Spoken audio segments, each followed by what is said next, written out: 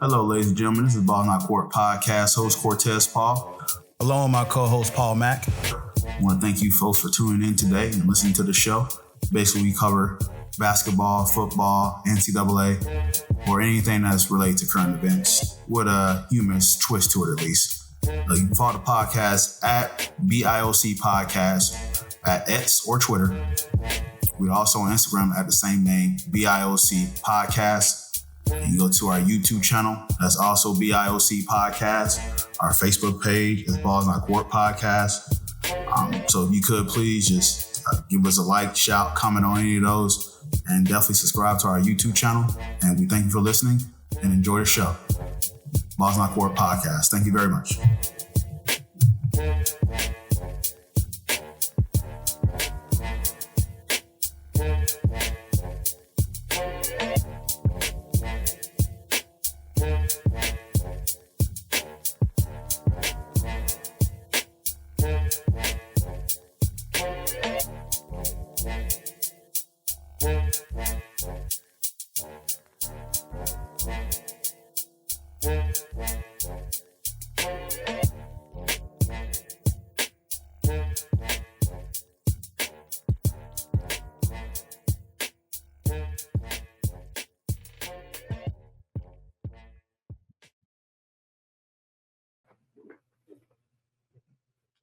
Welcome to the Ball Not Court Podcast. Cortez Paul is here. Paul Mack, the usual. Top of the Wednesday. day or evening. Thursday. Thursday. I don't even know what day it is anymore, bro. These days are just rolling into each other. 2025. We're here. I'm telling you, man, we're already halfway through January.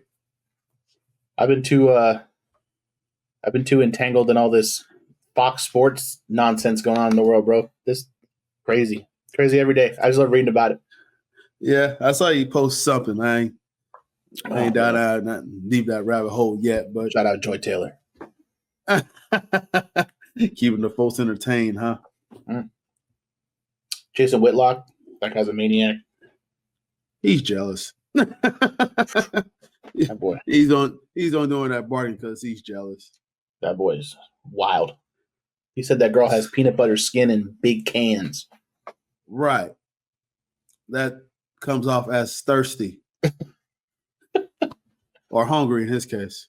As LeVar Ball once said, he's the king of snacks.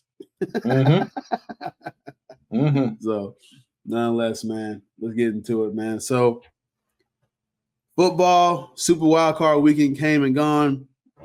We had some games that was lopsided. We had some games that was close. Most of them were lopsided, but and we got some ones that moving on. And so we'll get into it. And the two teams that had a bye was the Kansas City Chiefs and the Detroit Lions. Now they're up, and they decide to see the results and see who they're going to play. And it should be another fun week of football here. 4 games of the slate for Saturday and Sunday. So I'm excited for this as well. See how storylines pan out. Man, let's get right into it, man. So we're going to go with the first game. We'll go with the Houston Texans versus Kansas City Chiefs. This game is at 4:30 p.m. on ESPN on Saturday. Paul, what's one thing that impressed you? Let's start with the Chiefs because they're there to buy. And we know what impressed you about the Chiefs season as opposed to when we decide to dissect Houston. What impressed you about the victory they had last week over the Chargers? But I'll start off with the Chiefs. What's your thoughts? I mean, I was doing some just like research into the Chiefs season, and the fact that they were 15-2 is crazy. I mean, they had what they have here. They had 10 wins by 1 score or less. Mm-hmm. So I mean, they're just showing that Patrick Mahomes is going to win you football games. Travis Kelce started the year off really slow, picked it up late. Only had 3 touchdowns on the season. That's surprising. Like, you look at some of the numbers, and it's just really surprising that they're where they are. Obviously, I think strength of schedule was a big thing for them. I don't think their schedule was that difficult, and they did have so many close games that it kind of showed there are some chinks in the armor. I mean, I was going through, their key wins this year, and all I could come up with was Week 1 versus Baltimore, which is Week 1. They won that because Isaiah Likely foot is a half size too big, and they beat Tampa in Week 8. Other than that, I mean, they were all games that they should have won. Their schedule wasn't. They almost lost to Denver early in the year, So it's just that's the thing. And then obviously their key losses. You have the loss at the end of the year to Buffalo. They didn't play anybody. Or to Denver, they didn't play anybody. And then they had the big loss to Buffalo in Week 10 where they lost 30-21. And that was kind of when Buffalo was rolling. So looking at their schedule, I mean, maybe they could have had another couple losses, but they still probably, I think Buffalo would have probably beat them out for the number 1 if the chips would have fallen in the right way. But I mean, another huge season for Patrick Mahomes, 3,928 passing yards, 26 touchdowns, 11 picks. I feel like those picks are a little higher than normal, and I feel like he normally throws more touchdowns, but they've been beat up at the wide receiver. Obviously, missing Rice was huge early in the year. They didn't have Pacheco for a while, so it's a little skewed, but it was just a really awkward deep dive, just diving into their season and just seeing how it unfolded to get to 15-2. Like It almost doesn't make any sense. Like I don't know if I've ever seen a team win that many games by one score. 10 of your 15 wins are 7 points or less. Oh man, as far as Kansas City, one that really impresses me, man, is Pat Mahomes didn't have 1,000-yard receiver. As you mentioned, Travis Kelce was their leading receiver. He came on late. Xavier Worthy, Rasheed Rice, to name some of their receivers. They got some speed, but how they're winning games, more so on the defensive side of the ball. Pat Mahomes is going to get you over the hump. Defenses do pretty much their job and keep it close, manage the time possession. And then Pat Mahomes is pulled out his ace, his clutch gene, and he just go ahead and get them on home.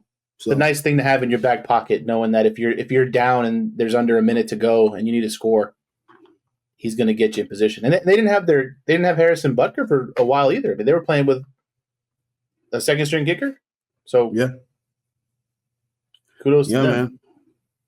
So they just found ways to win. It's definitely one of those seasons where their defense is significantly better than their offense, which is weird for the Chiefs. Exactly. So, the games they won, ugly, but a dub is a dub, no matter if it's ugly or nice. Nobody ever talk about a beautiful loss. And those are teams that are really rebuilding. But the way they have won games and for them, again, to set themselves up for success, to have a home field advantage. I know the year before they didn't have home field advantage. They kind of took the wild card route.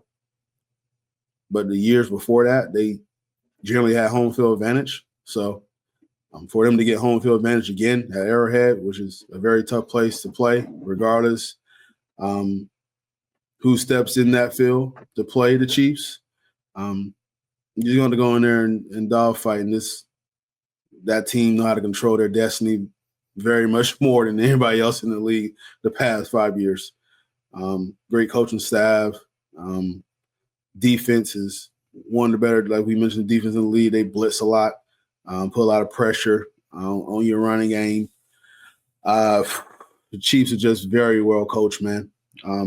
This is me saying that as a rival to them. So this is kudos for them to put themselves in a position to now pretty much host games all the way up to the Super Bowl till they get to a neutral site, if that may be the case for them. So, I mean, just to put it in perspective, Kansas City's offense overall 16th in the league, so middle of the pack, 5th in rushing, 13th in passing, 15th in scoring. So they're not scoring a ton of points, but they have the 8th ranked defense in the league, the number 4 scoring defense in the league. So they're not giving up points, which is what you want. That's the antidote you want. Is as long as they can keep those games low scoring and close, they're giving themselves an opportunity. So that's the big one for me for the Chiefs. I know last year we were always riding,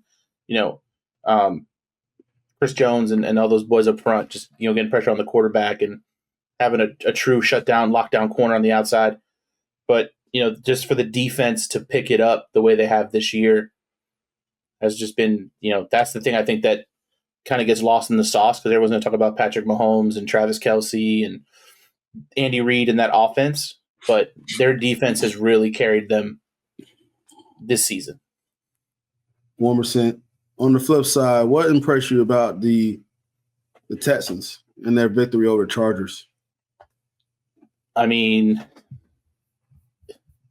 was the Texans more impressive, or was Justin Herbert just that bad? That's the real question. I mean, you're not going to win. You're not going to win a lot of football games when you give the ball to the other team 4 times. Justin Herbert, not great. They also had a fumble, so I mean, there was a lot of turnovers in that game, but I think just the extra possessions by Herbert, he just couldn't make a play. And that's just credit to the Texans defense. Obviously, D'Amico Ryan's defensive-oriented head coach. He's going to ride that defense. Texans have been hurt on offense. Obviously, they don't have Stephon Diggs. They lost, Tank Dell. That's huge. So, I mean, Nico Collins has to step up. Joe Mixon's got to step up. They both showed up huge this past weekend. Nico Collins had 7 catches, 122 and a touchdown. Joe Mixon had a touchdown, 106 yards. At that point, C.J. Stroud doesn't have to do too much but manage the game. I mean, he threw 1 pick. There was 2 fumbles that were lost also, but Houston had 2 defensive touchdowns. So when your defense is scoring touchdowns, that makes it an easy day for the offense.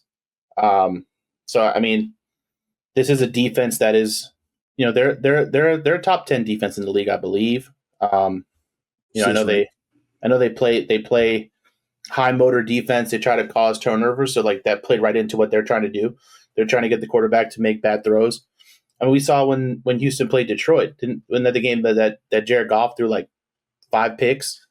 Mm-hmm. Obviously, Detroit was still able to win that game, but Houston's going to feed off turnovers. And, when you're playing against the Chiefs, it's just Patrick Mahomes doesn't really give the ball away. So, therefore, those possessions on offense are that much more important. And it's just a matter of, with the way that Kansas City is playing, if Houston has the firepower to, control the clock, get Joe Mixon going early. Because if you have to sit there, drop back and throw, you're gonna have a tough time. Even for C.J. Stroud, as good as he can be at times, he is vulnerable to giving the ball to the other team. So, yeah, it's gonna be interesting for sure. Yeah, man. As you mentioned about the Chargers turning the ball, and Houston is 5th in the league in turnovers created. So they do got 29 in the season. So not surprising that they kind of controlled from that standpoint. They did their job, and a lot of people was making jokes about, because once again, I believe most of the sports media kind of tapped this game as a bye week. So you saw Joe Mixon on his Instagram with a cigar and a whole bunch of other Texan players smoking cigars, talking about, it's their bye week, huh? Their bye week, huh? So a lot of Texans players coaching staff was poking fun of the media that considered this to be a bye week. I thought the Chargers were going to do better. I thought Chargers had a chance to win this game, and Houston at home, momentum behind, got a crowd behind them, and was able to take advantage. You mentioned about Joe Mixon, had a fantastic game. Kind of slow start in the first half. The second half, he came on and had 91 yards, 19 carries. He only had the one miss that we had the fumble, but the Chargers did not take advantage of that. But nonetheless, it's that running game, create turnovers, really can do a lot of things for you on the side of the ball where you can win the game and put yourself in the position to win the game. And that allowed the Houston Texans to do that and to be in this position to go on the road and play the Kansas City Chiefs. So, all right. Yeah, I think the big thing you said is Houston 34 carries for 168 yards, and then obviously the Chargers had 18 carries for 50 yards. So time of possession completely lopsided. You know what I mean? They're not staying on the field. And then when your quarterback is literally just handing the ball to the other team, you're asking yourself for a tough time because you're down early and then you just can't run. So you just become a complete one-dimensional offense, and that's what a defense like Houston wants. They want you to drop back and throw. And, just to be Justin Herbert, it's going to be a tough offseason for Justin Herbert because he was, for the first time I think in a few years, he was pretty healthy. And I think the knock is he's always kind of been playing through some kind of injury, especially around this time in the postseason, and it's a shame. But sometimes, you walk into a buzzsaw and matchups and things happen. And, this game seemed like this is one of those games where you look at the score 32-12, and it felt like 32-12. It felt like the Texans just put it on them, and there was absolutely nothing the Chargers could do about it. Yeah. To both of these games, some of these games, you got hard to see teams that had to go on the road and play some of these teams that won a division. And I don't know if you saw something that came out talking about they're considering just doing the seeding, where it's just going to be by record. Pretty much you're going to have home field advantage. Did you see that? No, but I mean, that's tough. I mean, it makes sense, but because it does stink when you have a team coming out of the NFC South who they're a couple games over 500 and they get a home playoff game and they're playing against a team who just so happened to be like the Commanders, who just so happen to be in the NFC East. They win 11 games and they're a road team in the postseason. Even the Vikings. Yeah, exactly. they won 15 games. Yeah, and they on the road. Because that kind of changes the whole dynamic too. That's rough. I mean, the Vikings, they were playing on a neutral-ish field. You know what I mean? Yeah. So that's not as bad. But if you're Tampa and you go 10-7 or whatever, and you get a home playoff game is wild when there's literally 4 teams that are better than you. So I mean, I get it, but.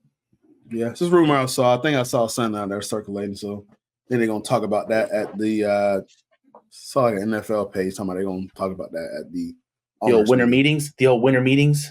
Yeah, whatever they do. yeah. Whatever they do, like you said, I don't want to comment on that. All right, next comment up is who's your S factor, or is there a certain kind of battle that you're interested in between the Texans and the Chiefs? I think we need a big Travis Kelce game.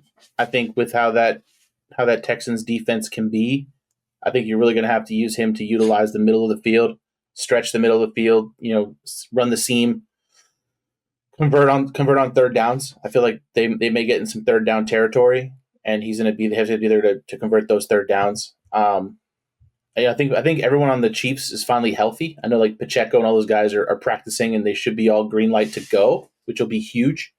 Pacheco, huge asset when he's on the field for them. I mean, Kareem Hunt, no slouch. I mean, he ran for almost 800 yards this year.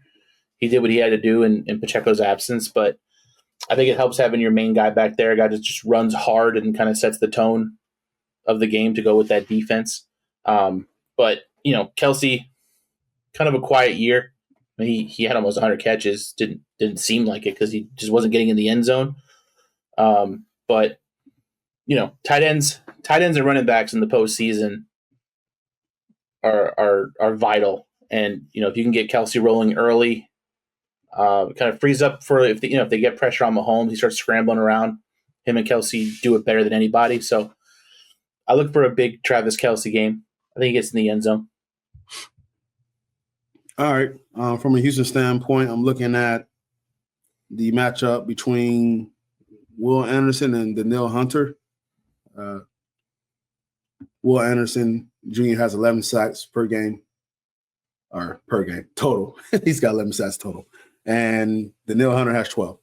They're matching up against all-pro left tackle Joe Trunk, who was moved from guard to left tackle.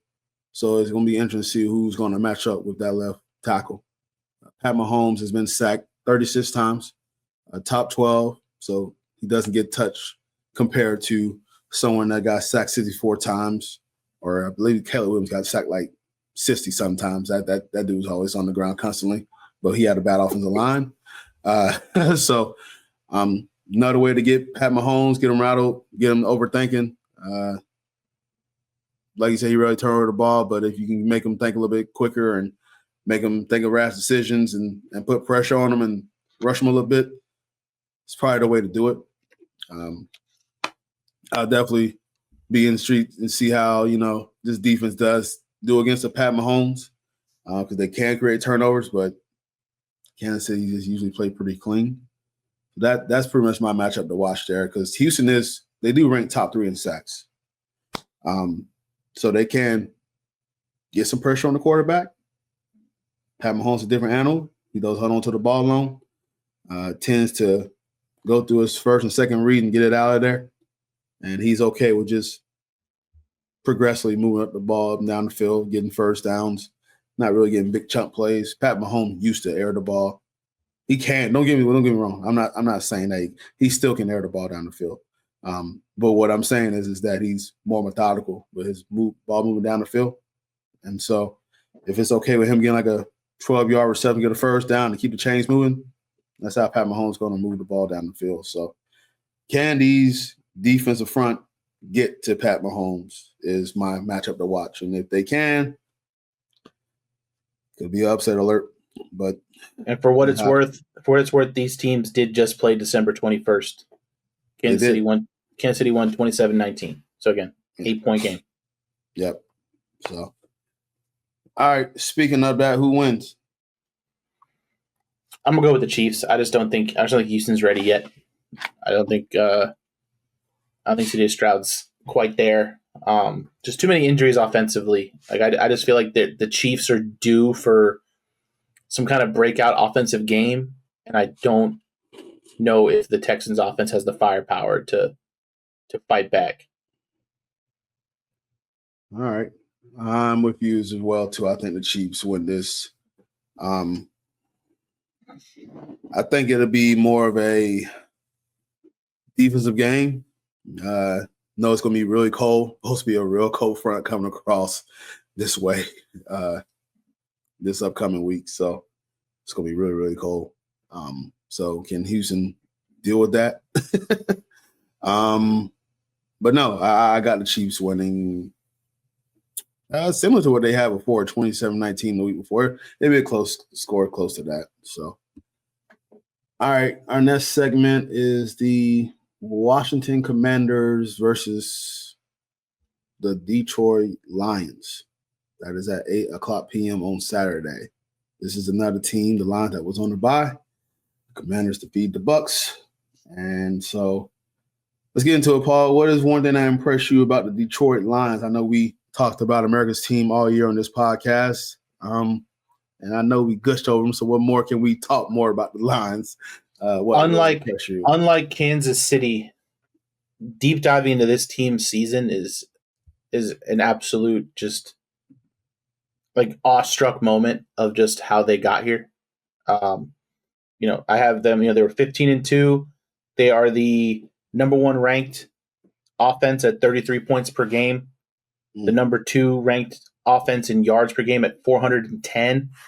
I have their key wins being week 1 versus the Rams, week 6 versus the Vikings, week 8 versus the Packers, week 9 versus the Texans, week 13 versus the Packers, and then the final week of the season versus the Vikings. So they literally beat, a slew of playoff teams. These are all teams that made the postseason as opposed to what Kansas City kind of endured on their side. With their one rough loss being to Buffalo, who that was just a shootout. 48-42. That was a wild one. But Jared Goff, 4,600 yards, almost a 73% completion percentage, 37 touchdowns, 12 interceptions, and then the emergence of Jahmyr Gibbs. A guy who, when he was drafted, they were wondering why they drafted a running back. They had just signed David Montgomery. Why would they waste their pick getting a running back from Alabama? And here he is, 1,400 yards, almost 6 yards a carry with 16 touchdowns. Mm-hmm. So you're looking at Jared Goff threw for 37. Gibbs ran for 16. David Montgomery, who hasn't played in, 5 weeks? 3 games, or yes, last 3 games. So probably about 4 weeks. You're right. About 4 weeks. So he ran for almost 800 yards and 12 touchdowns. And then, Amon-Ra St. Brown, 115 catches, 1,200 yards, and 12 touchdowns. So, I mean, just a complete offensive juggernaut and a defense that has just embodied the Detroit mentality of just next man up. The defense that we've talked about, several shows, several weeks about just how banged up they are, and they just keep sliding guys in. And Aaron Glenn is just doing a hell of a job over there in Detroit, just keeping those guys ready to go. And, it's really impressive to see a team that, coming off of last season, the loss they had in the postseason, having all the expectations coming into the season, to go 15-2 and just have a season of accolades that they have is just crazy. And just, kudos to Dan Campbell, just a Motor City Dan Campbell, just keeping that team, changing the whole identity of that team, and having, Detroit excited about NFL football again. Is the NFL's in a good place. 100%. And to add on to your running back duos of the Montgomery and Gibbs train that they got in Detroit there, they're the second rushing duo to have 1,000+ scrimmage yards and 10+ touchdowns since the combo of Jim Brown and Bobby Mitchell of the Browns back in 1959, 1960. Holy crap. This is a wombo combo, a running back tandem that is 4th in touchdowns at 25. Now we was worried about Detroit injuries, and they still dealing with a lot of injuries, but to get Montgomery to come back is huge. You got an offense that's very potent already, and you get an important piece back to kind of get things in a flow.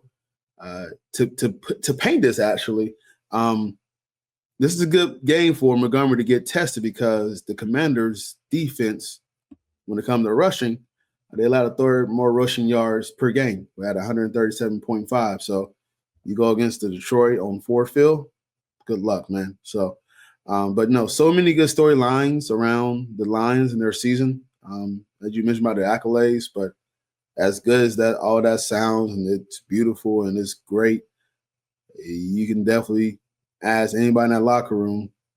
They know what's at stake, and they want something more. And I think me and Paul have been advocates to see what can they do, and we're hoping that we'll see what the Lions can do, man. They got themselves into positions. They got the number 1 seed. They got home field advantage through the NFC playoffs. You put yourself in the position to be here, so it's up to you guys to step up to the plate and see if this magical season up there in Detroit will continue. So on the flip side, what impressed you about the Commanders against the victory against the Bucs last week? Jaden Daniels. Dude's a dog, huh? Enough said, man. Just Jaden Daniels. Just that's not a rookie, bro. That guy's not a rookie. Like ain't no way that guy's a rookie. 24 of 35, 268, 2 touchdowns, 13 carries, 36 yards. They got the deep ball going. He hit Terry McLaurin and Brown. They each had 87 yards, 89 yards each with a touchdown. Not turning the ball over. Just for a guy to be in his first postseason and play like that against a team like Tampa, who's been there. I mean, they've made playoff runs. They're no slouch, and it's just to get the ball, tie game, and just Jaden Daniels just march them downfield for the game winning field goal. Just it's impressive to see. I mean, he was already cemented as offensive rookie of the year. That was a no-brainer. That was obvious, but this guy's in serious territory. We thought, we were all blown away by CJ Stroud last year. and this is a whole different kind of guy. And it's just the talent at quarterback in the NFL right now from these young guys is going to be really fun to watch for the next, decade in the NFL as long as they stay healthy. Yeah, man. Add on to Jalen Daniels, 6'9" completion rate. That is an all-time rookie record. So, dude's having a fantastic season. So your thoughts about S Factor, or what position battle are you watching? Is there a particular battle that you're watching about the Mines? What's your thoughts on this game in particular of S Factor, or what position battle you're watching this game? I mean, this is your classic, I think, kind of, offense versus defense situation. I mean, like you said, the issue with the Commanders' run defense, 30th ranked rush defense. So, that scares you going up against Detroit, because obviously we see the numbers and the things that Jared Goff's putting up, but then you see the season that Jahmyr Gibbs had, and that's your number one spot is going to be that battle up front.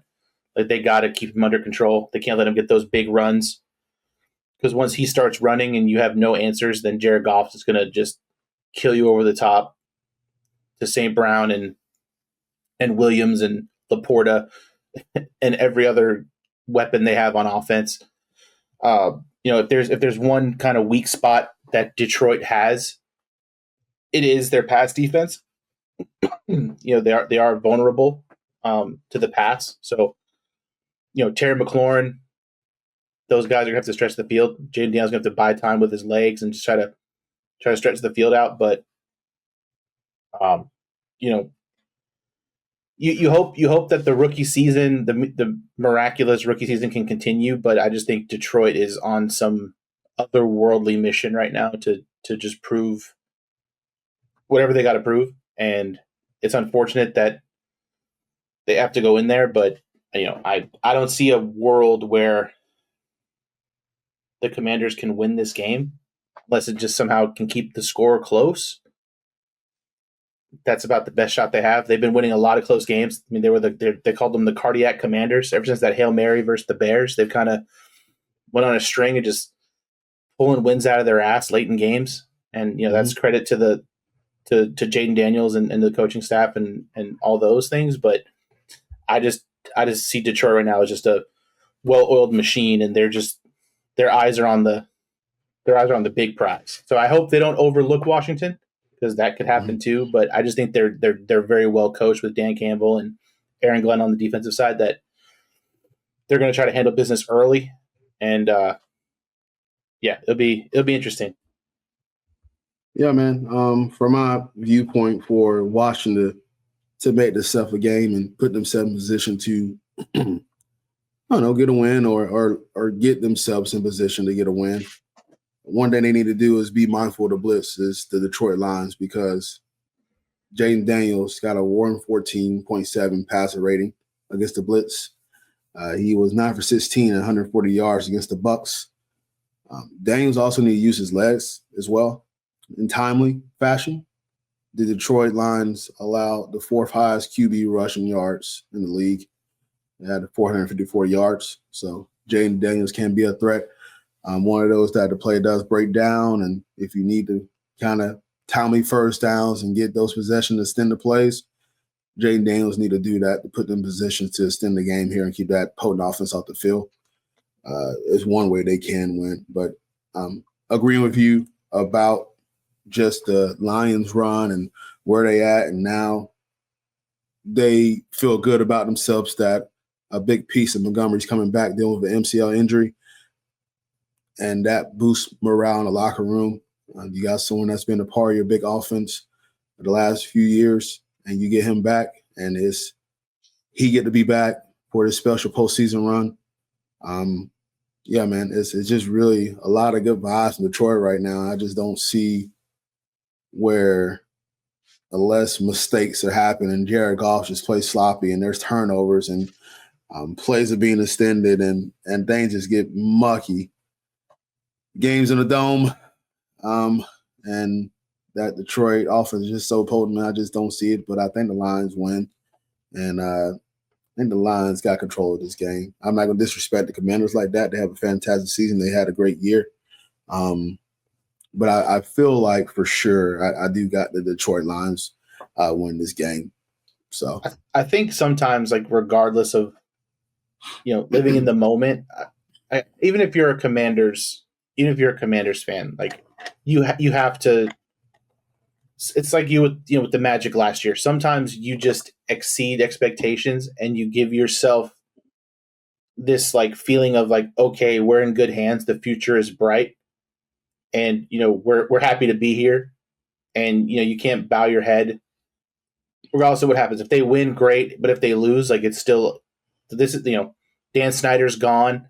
This is your first playoff win since Dan Snyder was the owner of that team. This is, it's a monumental moment. It kind of just shows you what's ahead.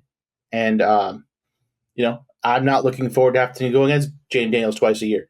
So, it's going to be exciting, but it's just, I don't think we've seen an offense like the Lions since like the Greatest Show on Turf Rams, right? Like where they're just running game, passing game, points, yards, just Marshall games Falk, where Mario Holt, just Isaac Bruce, Kurt Warner. Kurt Warner. That offense was so potent, man. Yeah, Just knowing that this is a team that won a football game, turning the ball over 5 times, and they still win. They have grit. They can play that way if they have to. There's just so much about Detroit not to root for them. So, I'm in Detroit's corner.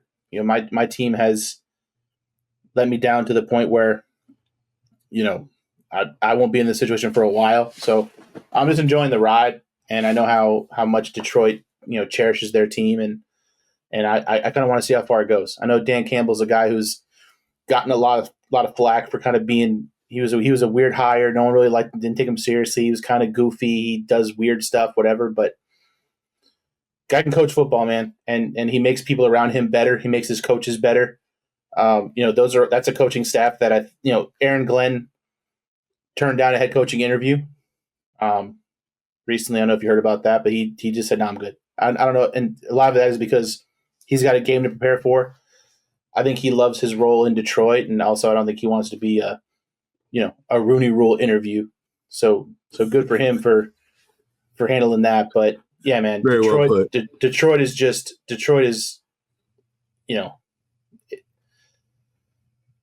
offense, man. I know defense wins championships, but this offense is really good. Fun to watch, man. Fun to watch. All right, our next game, move on to Sunday. The Los Angeles Rams versus the Philadelphia Eagles. This is on 3:00 p.m. on NBC/Peacock. NBC. And this is on it's a Sunday game. So what's one thing that impressed you about either of these teams' victories? You can start. You can choose whoever you want. I'm going to show you my notes. I'm going to show you my notes real quick. And I forget how many weeks ago I said it, but nobody wants to play the Rams. Nobody. I called this a month ago when they were 7-6 and they were in that section of the playoffs where they're in the hunt. And they needed to win football games and need some stuff to happen. And I told you, if the Rams got healthy and made it into the postseason with their experience, their head coach, with their quarterback, I don't think anybody wants a piece of the Rams. Now, LA is on fire right now, the team and the city. And so they're playing with extra motivation. I mean, they're going to play wherever they have to go. Losing out on a home playoff game, going and playing in Arizona, that just shows they brought LA to Arizona. They're going to travel out to where they're playing this week, and it's going to be the same thing. Now, mind you, the last time these two teams played, Saquon Barkley had quite the game, but that was a different Rams team. Their run defense is still horrid. They're the 22 ranked rush defense in the league. So you look for steady Saquon Barkley, but they are a little bit better of a pass defense, and they do like to force turnovers. So I think ideally, if they can keep Saquon semi in check and try to let Jalen Hurts beat them, I think that's going to be your game plan, is let Jalen Hurts try to beat you. Because Jalen Hurts didn't have a huge game last week. I mean, he didn't really have to. But, like, he came out in the press conference looking like Denzel Washington from Training Day. Man had all black on, a little puffer jacket, big old chain. So it's just, let him try to beat you, because he's a guy that, he will turn the ball over. If you can hit him early, kind of rattle him a little bit, I think you can really disrupt the offense. I mean, AJ Brown's on the sidelines reading fucking books and shit. Like, I don't know what's going on in Philly. It's just weird. But I just love the Rams right now, and I'm gonna ride the Ram train straight to Detroit. We're going to Detroit. Not because I'm a Giants fan, they're the Eagles, but because I'm a Giants fan, they're the Eagles. I'm just laughing. I'm just laughing because one of our videos on TikTok, and you had some comments from some Eagles fans that was at your neck, man. And they was at your neck because they was talking about, well, Jordan Love turned the ball and everything like that. And we talking about Hurts turning the ball and whatnot. And then here we go, freaking Jordan Love have 3 interceptions, and the Green Bay Packers have four turnovers total. Eagles have like the number 1 defense in the league, though. Like, they're supposed to do that. Yeah. So they were just at your neck talking about the Eagles fan was just being. That's fine. They were just at your neck, bro. They have a statue. They have a statue of a fake person in their city. That's fine. That's not even real. But no, I do believe. Listen, the Eagles do what they're supposed to do on their home field. They handle business, create turnovers, ran the ball very well. So this is a success to definitely get you some wins here. Now, it is a tough place to fade in Philly, so Rams do got to go up there in that area and try to get all the distractions, what's going on in their home and stuff like that. So, listen, the Eagles' pass defense is not the best, but that's when you can attack. You do have Puka and you do have Cooper Kupp, once again, that can really tag off on that. They did allow this passing touchdowns as well, too. So that's one way you can, which is the Rams' strength, is passing the ball, and the Eagles' pass defense is not. That's one thing you want to do. So really just on the Eagles just to create pressure and get Matt Stafford on the ground, get a couple sacks, create turnovers like they did before against Jordan Love. Jordan Love is not as – well, Matt Stafford's not as errors as Jordan Love is, but if you can get Matt Stafford to get some turnovers and throw some interceptions, then Eagles, it may be a long day for the Rams. But like you said, the Rams are hot. I didn't want to believe it. And, man, they really laid the smack down on the Vikings. And this is one of those that I already know we mentioned as a neutral site, but, man, Minnesota would love to play in Minnesota right now. I think they sacked Sam Darnold like 9 times. Yeah. That was nuts. So now, mind you, Jalen Hurts is not Sam Darnold. Yeah. And he's not going to get sacked 9 times, and the Eagles' offensive line is way better. Yeah. So, yeah. At times, too, Sam Darnold was holding on to the ball. So, he was trying to make plays. It was just being pressed, but no, Eagles have really had the success of having a great running back in Barkley. That great defense, Jaden Carter's always been talked about on the defensive line. Stud that came from Georgia. He's growing every game, becoming that really force on the defense side of the ball. So Eagles do got a lot of talent, man. So I'm not trying to sit there and throw shades their way. It'd be fun to be a fun matchup to watch here. So any particular matchup or S factor that you want to highlight in this game, Paul? I mean, honestly, I think it's just going to be the Rams front seven. Like they have to, they can't have, what happened last time these two teams played happen to them again. I mean, you can't let Saquon run for 255. You can't give off 80-yard runs. You're setting yourself up for problems. I mean, you don't want Philly to get ahead where they can just keep giving it to Saquon Barkley. if you're the Rams, you want to score early. You want to kind of get ahead a little bit and kind of, like I said, force Jalen Hurts to throw, and that has to be your thing. But especially knowing that Philly's pass defense is really the only vulnerable part of that defense. They're going to put pressure on the quarterback. Kyren Williams is going to have a tough day.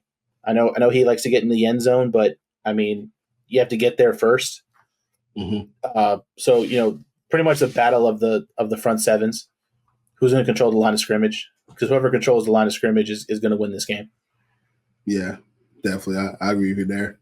Jalen Hurts needs to, in my opinion, just how he extend plays. Their time possession for the Eagles, their average drive is 3 minutes and 1 second.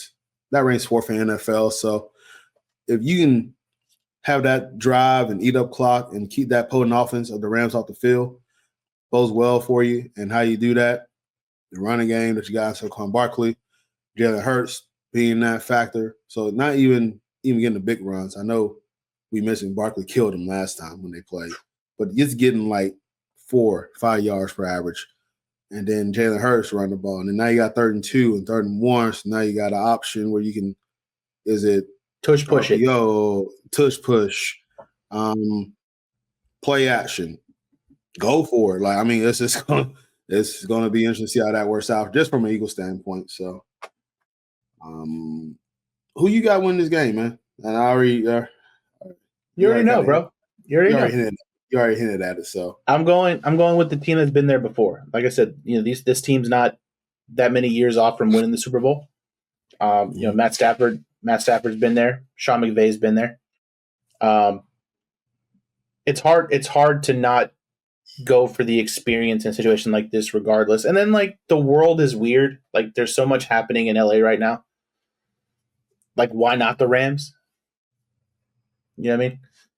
There's always these weird things that happen in sports. When something's happening in a certain place, there's just this weird stuff that happens. You know what I mean? Like, the other day, it's like Derrick Rose night, and the Knicks get whopped by the Bulls. Like, it's all these weird things that just happen. You know what I'm saying? Like, Aaron Rodgers blows out his Achilles on 9/11.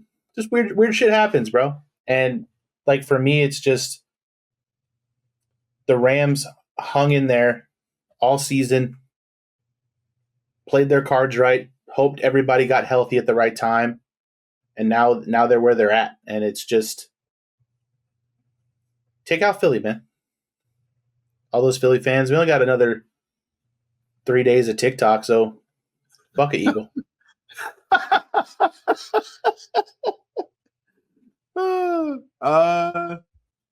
I'm going to Eagles. I think the Eagles going to win this game. I know the Rams is hot, and there's always a less storyline that you can paint. And wild card teams is I don't know. They do have the written of destiny that they can go far, but I think they run into the Eagles, and I think the Eagles go ahead and control the clock, control time possession. Really won't see that high octane offense from the Rams because there'll be a lot of time possession and extend the clock. But I do think the Eagles do end up winning this game at home. So, but hey, the Rams pull it out, man. I won't be upset. You and me both, pal. Particularly, I know you will, but hey, it's just Eagle fans always deserve some humbling pie, so I'm not mad at that. Sorry, TikTokers. It is what it is. All right, and our final game. This is the Baltimore Ravens. This should be the game of the night, actually. Game of the weekend. Baltimore Ravens versus the Buffalo Bills. Man, I cannot speak today. 6:30 p.m. on CBS on Sunday. This is the last game on Sunday, and this should be because I think it's the game of the week. Yeah, I was talking about this at work the other day, and it's just like this is an AFC championship type game. Like it's crazy. You get to see it in the divisional round. Yeah, but these are two teams that are just clicking on all cylinders that are meeting a round too early. Like, it's just crazy to have the Chiefs Texans and then Baltimore Buffalo is crazy to me. But here we are.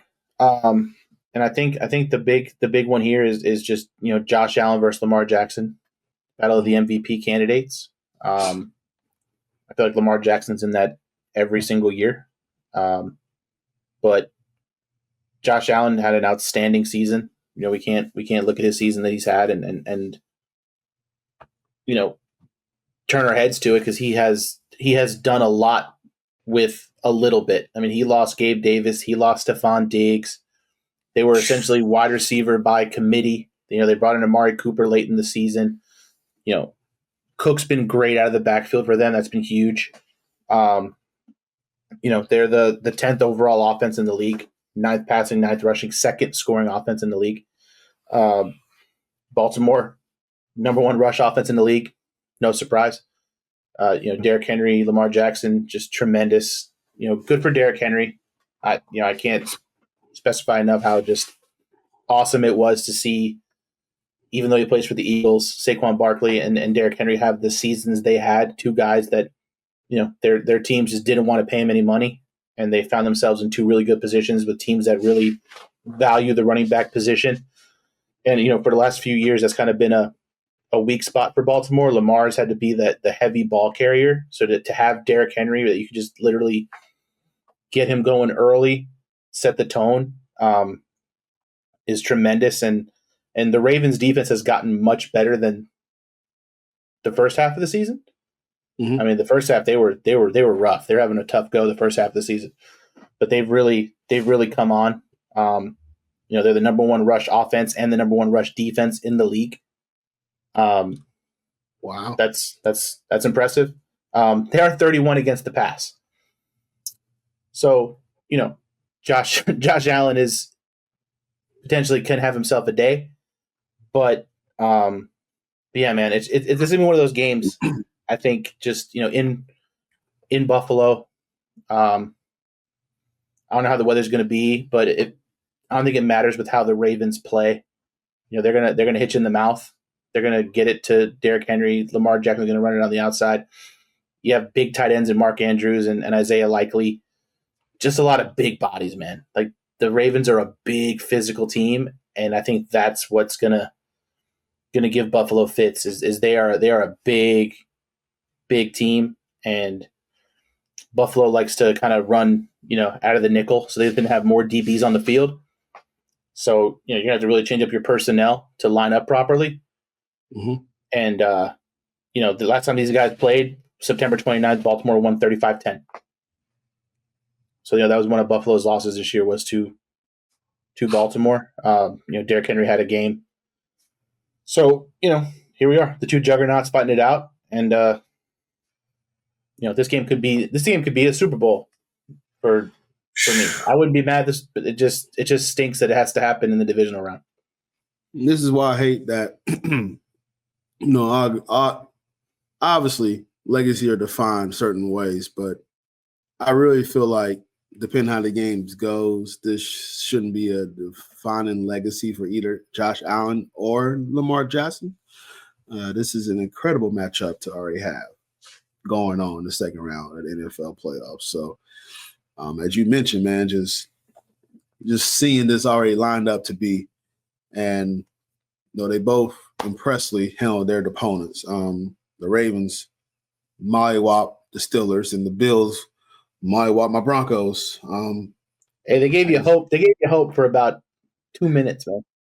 Man, I can tell you, just to sidetrack it a little bit, because you done covered so many great points that I can sidetrack it a little bit, is that by like the middle of the third quarter, I mean, I just saw it coming, man. It's just like, you just see like the train coming, and you just like, and all you can do is just sit there and take it, bro. Because it's like, this is Josh Allen, James Cook is running all over us, and I'm out of the bar, and of course there's some Bills fans. There was actually some Bengals fans too, to remind me they should have been in the playoffs. So I'm sitting here just like in shock, but nonetheless, Broncos, hell of a season, built from next year. Footnote: John Elway did the same thing his rookie year, and then next year he ended up in the AFC Championship. Foreshadowing, maybe, I don't know. we'll see. Anywho, this matchup here just freaking fantastic, man, on all levels. And you got the number 1 ranked offense in the Ravens and the number 17 ranked defense in the Bills. On the flip side, number 10 offense Bills versus number 10 defense in the Ravens. So I'm just excited to see how this is going to turn out. I probably going to miss the first half of this game because I got a Magic game, but I'm going to be on my phone watching it. But I definitely going to be tuning this game because I feel like this is going to be a game that we're going to remember for a long, long time. And both of these teams, whoever go on to play the Chiefs, man, this is like you said, this is it, man. Like that, me personally, man, I feel like whoever wins this game is going to go to the Super Bowl. I don't know if any other matchup like has me more excited than like watching this game. Like I haven't really sat and watched like an entire football game this year because like my team stinks, and then like we only get local games, and the Jaguars were terrible, and Miami stunk for the most part. So like I didn't get to watch a lot of games unless I watched whatever the Sunday night or Monday night football game was. So, but this is one where I'm going to be on the couch from opening kick to the end and just literally just watching these two juggernauts just play each other and just be upset that the winner doesn't just get to go directly to the Super Bowl, because that's how I feel. Yeah. Yeah. You got to go to Arrowhead and play the Chiefs. It's just like, man, it's just a gala in itself, man. So give me an S factor or what position group are you looking forward to in this matchup? I think, and this has been my thing all year. Lamar Jackson, bro. This is your chance. People say playoff Lamar tends to fold like a lawn chair. People, playoff Lamar can't win the big game. He got Derrick Henry now. He's got weapons around him. Obviously, they may not have Zay Flowers, which I think is going to be huge, but like that can't be an excuse. I mean, he hasn't been practicing. He didn't play last week. That's a big miss if he doesn't go. Mm-hmm. But if you're Lamar Jackson and you're MVP and you're the MVP candidate, and people are saying you should win it over Josh Allen and all this stuff this year, like you have to come out and show that you're the guy. And he's done a great job this season. He's had some really good passing games. He's managed the ball very well. He hasn't turned it over a whole lot. He does run, but he seems to run a little bit less than he did before. But he's still a dynamic threat that he can break at any time when he gets to the outside. But he can't let Josh Allen outplay him. That's simple. This is the classic Lamar versus Josh Allen. I mean, Derrick Henry better than Cooks. That shouldn't be it. That shouldn't be anything. Obviously, the defenses are, close to equal. I mean, they're not. I don't think there's one defense that's significantly better than the other. Buffalo is plus 24 in turnover differential, so they do like to force turnovers. And Josh Allen has not been giving the ball up. No. So they have that going for him. I mean, the guy just does not turn the ball over. So I think this is the classic, just Lamar Jackson versus Josh Allen, and the winner becomes the president of the United States. Yeah, man. And as you mentioned about Lamar, as I mentioned last week, as long as he don't turn over the ball, because he does have 10 fumbles on the season, and he didn't turn over the ball against the Steelers, not that I can remember. But no, just keep it clean, man. And you're going into Buffalo, and you got a chance to really segment your legacy. And this is pretty much going to be a battle of who won the MVP out of these two. I know both of them don't care about it. They say that, let's just say this, they want bigger things at hand. They want to win the Super Bowl. That is what Josh Allen and what Lamar Jackson is thinking. This is why you bring someone in like a Derrick Henry. They want bigger goals. Yeah, the MVP accolades is fantastic, but I mean, at the end of the day, I'm really pulling to see what's going to happen between these two. It sucks that we got to have a loser, man. It does. It really does. I like both teams. There's no losers bracket, and they don't get to play again. Yeah, man. It's going to be a bummer for whoever loses this game, man. Who you got winning? tough, man. It's tough. I know. I just think if Zay Flowers doesn't play, I think that hurts him a little bit. I think I'm gonna go Buffalo. I just think Buffalo, just because they don't turn the ball over, mm-hmm. they're always going to be in the game. So that's where my head is just, you have a quarterback who can run, who can throw. You're going up against a really bad pass defense. Josh Allen can extend the play. He can get outside the pocket. He can run. He runs hard. He's kind of a tone setter for Buffalo. Mm-hmm. So yeah, I'm gonna go Buffalo in a close one, and partially that helps too because again, I just think in close games I'd take Josh Allen over Lamar Jackson. Gotcha. They bring in Derrick Henry. They bring in all these pieces, and that's a big piece to have on your team. And I've been very adamant about it. They don't go to the Super Bowl, it's a bust for them. And I'm going to pick Baltimore Ravens to beat the Bills. This is a hard road that you sign up for. This is why when me and Paul, during the episodes, during the week, and we see Baltimore Ravens playing around their food, you look dominant in some of these games, and some games like you just didn't have a clue. But the last few weeks, something clicked. And I really feel like to come back cold weather and to come back that kind of environment, you have to have an excellent run game. And you have two guys that can run the ball. And they ran the ball against a fantastic defense in the Pittsburgh Steelers. I know their offense is obsolete and their offense is dreadful in the Pittsburgh Steelers, but their defense is really, really good. And that defense put a lot of pressure on you. And they made that defense look foolish. I just have a feeling that this is Buffalo's time will come. It was impressive where they started at, and it was great, man. And I hate to see them lose because I got Von Miller on there, and I got number love with Von Miller, man. But, man, I think Baltimore gets it done. And it's going to be a close game. I think it's going to be Baltimore by a touchdown. And but it's going to be a heavyweight fight, man. And I'm during times and Imagine Other games, I will be on my phone watching this game because this gave me all the attention from anybody that enjoys watching football. Mm-hmm. All right, fantastic, man. Oh, we got an hour out of 4 games. That is some beefy stuff, man. Any random tidbits? You got no this guy stinks at me? You good? I mean, Justin Herbert.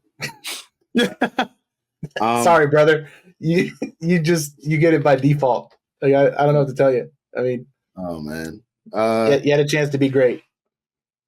I tell you, man, what really stinks, man, is the Orlando Magic injury situation. Paulo Banchero's back, and he looks fantastic. It's great to have that guy back. And what's pretty cool about it is that I guess nobody knew what they was going to do, but they introduced him, and they did the Undertaker thing. And like they changed it up. You didn't see that? I got to send that to you. It's pretty sick, man. Actually, it's pretty dope that how they did that. And he said, "Man, I would have known they would do that. I would have participated. I would have stood up but he didn't know they was doing that. So the way and Paul Porter is just he as the GOAT public address, man. That dude can public address his ass off. But now, man. So now we dealing with Goga. He had a hip contusion. Now he in concussion protocol, but that just came out of left field. Jalen Suggs is coming back. Franz Wagner's cleared to practice, so almost a week and a half. He'll probably be back soon. Thank goodness, man.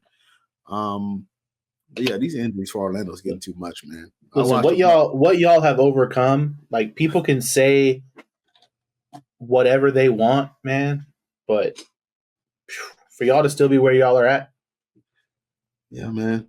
It's impressive, man. Crazy. They got the Celtics tomorrow. So they've been struggling though. They just lost to Toronto yesterday. They have, yeah. I don't know what's up with them, man. They're going through their moves, man. But when you shoot the ball like that and their head coach is a fucking weirdo, man.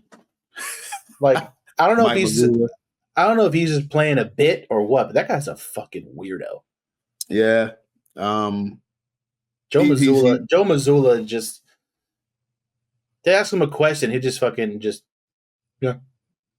I said Mike Mazzulla. I mean Joe Mazzulla. Fucking, he is a bit of an airhead. So he does it on purpose, and that's the part that annoys me. Like, it just pisses me off. Like, everything about Boston pisses me off. Oh man! And Cleveland is still getting smacked right now by OKC, so this game is going off. All right. Well, let's go ahead and close this bad boy out, man. Make sure you stay with me and Paul podcast during the week. We'll be back at it. See who is going to win these football games, and we'll get a breakdown. Maybe get a little bit more panel. We're gonna invite Kevin Carter to the show. Let him yap a little bit. He's been itching, so see what he's up to. But you can follow the podcast at BIOC Podcast on Twitter or X. And Paul, tell me they can follow you guys, sir. Yep, I'm on X at _Paul_Mac, on Instagram at ThePaulMac520. It's where I be at. Awesome, man. You can follow me at CP. That is on X. And then you can get the Balls and Our Court podcast at YouTube, BIOC Podcast, TikTok. I don't know how long that's going to be for, but BIOC Podcast, YouTube, BIOC Podcast, Instagram, BIOC Podcast, Facebook, Balls and Our Court Podcast. We are on radio.fm. We have a new episode here. We run our old episode back, but it's all good. But yeah, you just give us a like, comment, shout, and wherever you listen to it before, you can find us there. So, but yeah, that should do it for us. We'll close this bad boy out. Jesus Christ. OKC is up by 40? I told you it's bad. It's bad, man. That's why I said I'm finna go. You got me interested in playing Marvel Rivals now. Thank you, by the way. I saw you're a big Overwatch guy, bro. It's prime Overwatch, bro. It's peak Overwatch, dude. That's basically what it is. And I've been like, and one of my friends' son has been messaging me constantly. Hey, we're gonna play. So these games, if these basketball games gonna be like this, I might go spend my time while this podcast is uploading. So yeah. Nonetheless, hey guys, I'm yapping. Let's close this bad boy up. Thanks for listening to the Ball and Court podcast. This is Cortez, Paul Mac. Enjoy the rest of your day, even wherever you at. Thank you very much, guys.